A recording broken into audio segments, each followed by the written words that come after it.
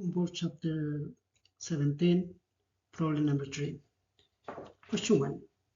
Insurance companies expected more policyholders to drop the policies than the number that actually did. Why this forecasted error result in increasing company losses? Well, what we noticed was that the insurance companies expected many policyholders to drop off their policies before they needed benefits. They make a mistake in that calculation, and certainly the policy lapse assumption didn't work on their favor, when in reality more customers kept their policies and later filled the claims that the insurance need to pay far more benefits than they actually prefer. It also contributed with the economic environment that many policies were assumed higher investor returns, but after the 2008 financial crisis, interest rates stayed low for many years, lower investments income reduced, insurers' ability to cover future claims, which ended up backfiring at the company itself. Question number 2. Insurance companies assume families will do whatever they could to avoid moving loved ones into nursing homes, but they did not. What is the effect of holding long-term insurance on the willingness of families to avoid loved ones into nursing homes? Is it a mistake for insurance companies to assume that families have in the same manner with coverage as they do without coverage? Well, that's the moral hazard. Insurance cover can change behavior. When families have long-term care insurance, they may be more willing to use nursing homes or assisted living services because insurance helps to cover the costs. This is very common here, I've seen in America. Back home in Colombia, pretty much people stay home until they die.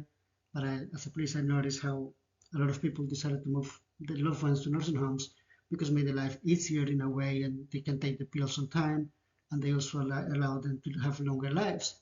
So this increases also the number of policies, insurance claims that they have to fulfill. Question number 3. When long-term care coverage, insurance companies made a soft commitment to the increased rates over time, while this commitment add to the risk of insurance companies accepted by offering this coverage. Why is this real commitment not to increase rates important to policyholders? And in answering the later question, without this commitment, consider the rates that an eligible must pay for coverage. Many insurers suggested the premiums will remain stable over time. We know that that didn't happen. Now, because long-term care insurance may last 30 to 40 years, expected changes in longevity and health costs create risks for insurers if they cannot easily raise the premiums. So when we see that, then we apply the principle of adverse selection. So people who expect to need long-term care are more likely to buy insurance, while healthy people might not be as eager to do so. So healthier individuals may choose not to purchase coverage, which reduces the pool of how many people are contributing to the company, and that in exchange affects how the company can survive. This leaves insurance with a pool higher risk customer or higher claims to cost, and that will affect, of course, the case of the elderly person or the LLC policyholder who might face prices that he or she won't be able to afford when it is needed the most.